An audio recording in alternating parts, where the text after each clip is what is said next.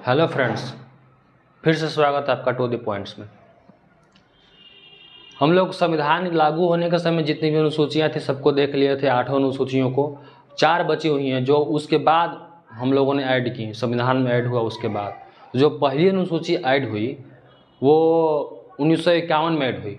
जो फर्स्ट संविधान संशोधन हुआ उसी के माध्यम से ऐड हुई। आपको पता है कुछ भी ऐड होगा या कुछ भी डिलीट होगा तो संशोधन तो करना ही पड़ेगा। तो जो पहली ऐड हुई और फर्स्ट संविधान संशोधन यानी कि 1951 में किया गया और 51 में अनुसूची जोड़ी गई, पहली 9वीं अनुसूची। उसमें अभी 284 एक्ट हैं, 284 एक्ट हैं। ये इसकी ज़रूरत क्यों पड़ी, क्यों लाया गया फर्स्ट संविधान संशोधन जिसके अंतर्गत ये ऐसा काम करना पड़ा, 9वीं अनुसूची क्यों लाई गई? तो ये ऐसा इसलिए किया गया क्योंकि जो पहले भारत में आप पढ़ेंगे आगे, मैं आपको पढ़ाऊंगा कि भारत में मूल अधिकार दिए हुए थे। तो मूल अधिकार में संपत्ति का अधिकार भी था, मतलब सरकारें भी आपकी संपत्ति नहीं ले सकती हैं। अभी तो पड़ोसी या फिर और कोई आपकी संपत्ति नहीं ले सकता, आपके बिना अनुमति के यूज नहीं कर सकता। आप ही बेचिएगा तो लेगा, लेकिन पहले ऐसा नहीं। पहले सरकारें भी नहीं ले सकती थी संपत्ति।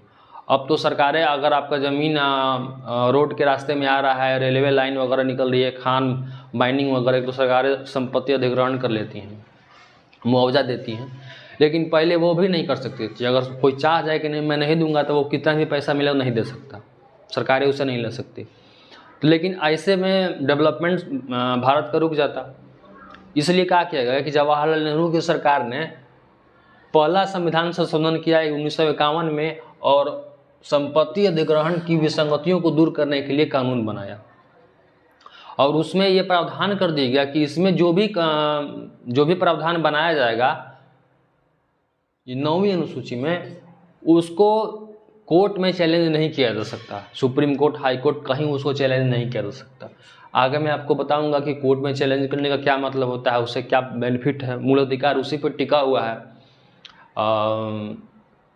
अनुच्छेद 32 हम लोग पढ़ेंगे तो आपको पता चलेगा। लेकिन अभी आप देखिए कि 1951 में ऐसा किया गया और अभी उसमें 284 एक्ट हो चुके हैं, 284 अधिनियम उसमें आ चुके हैं। इसमें संपत्ति का अधिग्रहण के सहित और भी कई अधिनियम हैं। लेकिन अब ऐसा सुप्रीम कोर्ट का आदेश आया है कि अब उसके जो भी अनुसूची हैं, 9वीं अनुसूची के प्रावधानों को भी सुप्रीम कोर्ट में, हाई कोर्ट में दोबारा देखा जा सकता है। उसके सही गलत होने पर फैसला किया जा सकता है, जबकि पहला शुरू में ऐसा नहीं था। शुरू में ऐसा नहीं करना था। जो भी चीज़ 9वीं अनुसूची में डाल दी गई, सुप्रीम कोर्ट उस पर विचार नहीं कर सकता, लेकिन अब कर सकता है। अब ऐसा सुप्रीम कोर्ट का फैसला आया है संविधान पीठ का, पहले ही आ चुका है। अब देखिए जो 52वां संविधान संशोधन हुआ जिसके तहत 10वीं अनुसूची जोड़ी गई, वो क्यों थी? ये काफ़ी इंटरेस्टिंग उसमें मामला था। ये 1985 की बात है। 1985-84 में आपको पता है कि श्रीमती इंदिरा गांधी का एसेसिनेशन हो गया। अब उनकी हत्या के बाद उथल पुथल मची बहुत सारा, तो राजीव गांधी प्रधानमंत्री बने।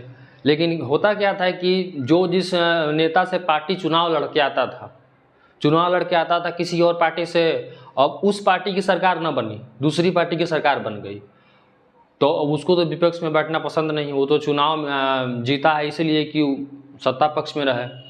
तो शाम को चुनाव का रिजल्ट आया और अगले दिन वो जिस पार्टी से चुनाव लड़ा उसको छोड़ के जो चुनाव में जीतने के बाद सत्ता पक्ष में बैठने जा रही है उसी में शामिल हो जाता था। तो इस तरह से चुनाव की शुचिता भंग हो रही थी कि चुनाव का कोई मतलब नहीं, जनता के वोट का कोई मतलब नहीं। हमने किसको वोट दिया, किस पार्टी को वोट दिया, अब वो कैंडिडेट ही बदल गया, वो पार्टी छोड़ दिया। तो ये स्थिति पैदा हो गई थी। तो राजीव गांधी के समय ऐसा बहुत हो रहा था, बहुत परेशान थे वो। तो इस चलते 1985 में जो प्रधानमंत्री थे, तो ऐसा बहुत सारा मैटर हरियाणा में हुआ था। आपने आया राम गया राम वाली मामला सुना होगा हरियाणा में।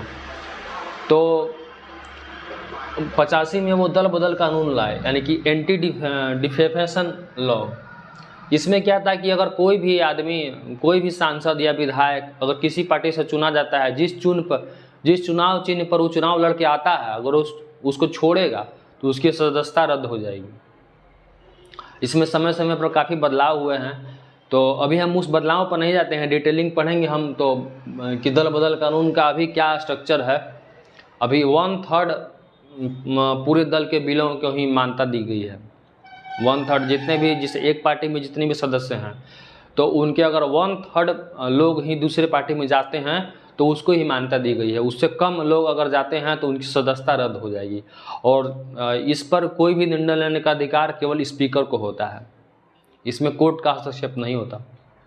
आपने हाल में ही महाराष्ट्र का मामला देखा होगा, जब शिवसेना की सरकार थी तो सारे उसमें बहुत से विधायक उठ के चले गए, गुवाहाटी में रुके हुए थे, रिसोर्ट में आराम कर रहे थे।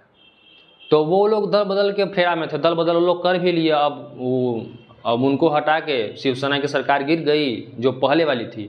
अब एकनाथ शिंदे मुख्यमंत्री बने हैं। बीपीएससी में क्वेश्चन भी आया था अभी हाल में, 68वीं बीपीएससी जो री एग्जाम हुआ उसमें। तो आप देखेंगे कि ये दल बदल का मामला पहले ही बहुत आसान था होना, अब इसमें पेचीदगियाँ बढ़ गई हैं। अभी ज़्यादा लोगों को शामिल करना पड़ता है, पहले किसी को शामिल नहीं करना था। आपका अपना मन है तो आप नहीं चल जाइए। अब ये दो बहुत इंपॉर्टेंट है, इससे क्वेश्चन जरूर आते हैं। 73वां और 74वां। 73वां तो बहुत ही ज़्यादा इम्पोर्टेंट है। 73वां क्या है? 73वां संविधान संशोधन 1992 में हुआ। इसी के थ्रू भारत में पंचायती राज की शुरुआत हुई। पंचायती राज को मैंडेटरी बनाया गया इंडिया में। पहले ये पंचायती राज केवल डीपीएसपी में था, मतलब लेकिन अब इसको मैंडेटरी बनाया गया। नीति निर्देशक तत्व में पहले था, अब इसको जरूरी बना दिया गया, संविधान में लिख दिया गया। इसमें 29 विषय डाले गए कि 29 विषयों पर पंचायतें काम कर सकती हैं। आपके इलाके में आप जहाँ रहते होंगे, चुनाव होते होंगे वार्ड के, मुखिया के, या यूपी में रहते हैं तो प्रधान उधान के होते हैं, तो उसमें 29 विषयों पर पंचायतें काम कर सकती हैं। इसीलिए अब चूँकि लागू हुआ था ये 24 अप्रैल 1993 को, तो 24 अप्रैल को ही मनाया जाता है पंचायती राज दिवस। पेपर में आता है क्वेश्चन कि पंचायती राज दिवस कब मनाया जाता है, आप ध्यान रखिएगा 24 अप्रैल को मनाया जाता है। क्योंकि ये जो एक्ट आया था 1992 वाला, ये लागू हुआ था 1993 में 24 अप्रैल के दिन। उसी तरह से ये तो गांव के लिए था, गांव के विकास के लिए, लेकिन जो शहरी क्षेत्र हैं उनके विकास के लिए भी तो कुछ चाहिए। तो उनके विकास के लिए 74वां संविधान संशोधन हुआ और उसके अंतर्गत 1992 में ही 18 विषय प्रदान किए गए नगर पालिका को, नगर निगम को, शहरी क्षेत्रों को विकास के लिए। इनको ज़्यादा विषय दिए गए, इनको ज़्यादा छूट दी गई, इनको थोड़ा कम विषय दिए गए। तो 18 क्षेत्र विषय इनको प्रदान किए गए, जिनमें ये नगर पालिका, नगर शहरी क्षेत्र वाले काम कर सकते हैं। अभी आप देखते होंगे मेयर वगैरह का चुनाव जो होता है उसमें शहरी क्षेत्र के अंतर्गत 18 विषय आते हैं। ये भी 1993 में ही लागू हुआ था। ये भी 1993 में ही लागू हुआ था। एक्ट बना 92 में, एक्ट दोनों बना 92 में, लेकिन लागू हुआ 93 में। कौन सा? 73वां 74वां संविधान संशोधन के थ्रू पंचायती राज और शहरी क्षेत्र के लिए लोकल प्रशासन अधिनियम। इस तरह से हम देखेंगे कि हमारा सारा अधिनियम जो है अनुसूचियों वाला, उस सारा खत्म हो गया। आपने सब कुछ भाषाएं भी पढ़ ली। अच्छा, आप ध्यान दिए होंगे कि उसमें भाषाओं में जो बाद में 8 भाषाएं जोड़ी गई थी, तो उसके पहले 14 भाषाएं थी, तो 8 में तो कहीं इंग्लिश नहीं था।